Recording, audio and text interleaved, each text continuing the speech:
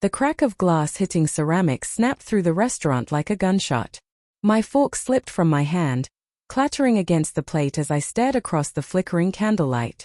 My boss, Daniel, controlled, polished, always composed, leaned toward my wife with a look I'd never seen him use on anyone.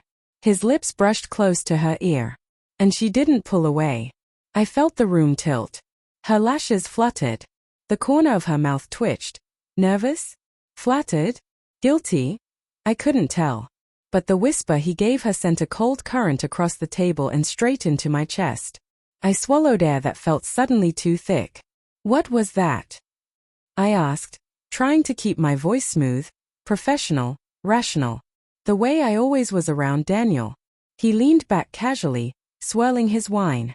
Just a compliment, he said with that effortless charm he used to win clients, raise funds, bend rooms to his will. Your wife looks stunning tonight. My wife, Emily, smiled but didn't meet my eyes. She stared at her napkin instead, twisting the corner of it like a nervous child. A single drop of doubt hit my mind like ink in water, small, then spreading fast. For the next hour, the dinner moved around me in muffled pieces. I nodded where I was supposed to, laughed when Daniel gave me that pointed glance that meant be agreeable, but my thoughts spiraled elsewhere. Every small glance between them, hers too quick, his too relaxed, ignited another spark of suspicion. I told myself I was imagining it. Stress from work. From life. From Daniel's relentless expectations. From that stupid promotion he kept dangling in front of me like a carrot just out of reach. But when Emily excused herself to the restroom, Daniel leaned closer to me, lowering his voice with a smirk that didn't reach his eyes. You're a lucky man, he said, swirling his wine again. Emily, she's something else. My jaw tightened. Yeah, I know. He watched me for a beat too long.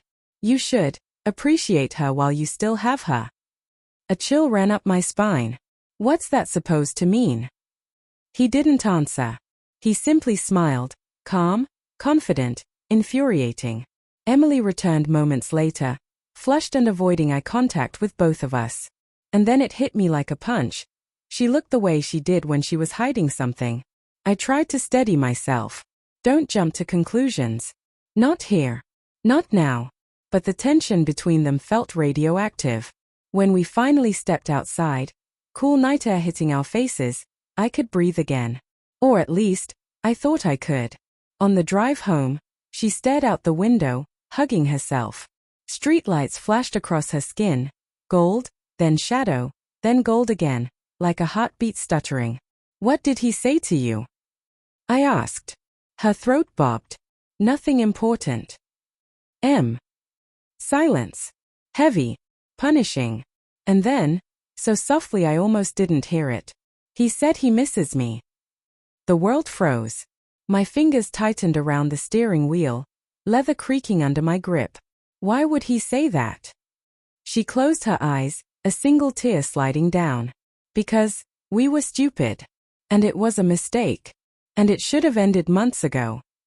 My heart cracked, not fast, but unbearably slow, like fabric tearing thread by thread.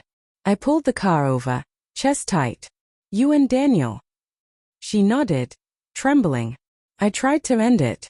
I tried. But tonight he wanted to scare you. Or punish me. I don't know. I stared ahead at the empty road, breath shaking. And then, like a final blow, she whispered. He said he still has the messages. And he'll use them. Unless I go back to him. A betrayal inside a betrayal. My boss wasn't just sleeping with my wife. He was blackmailing her.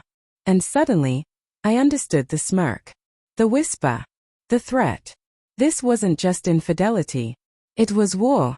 And Daniel had just chosen the wrong man to provoke.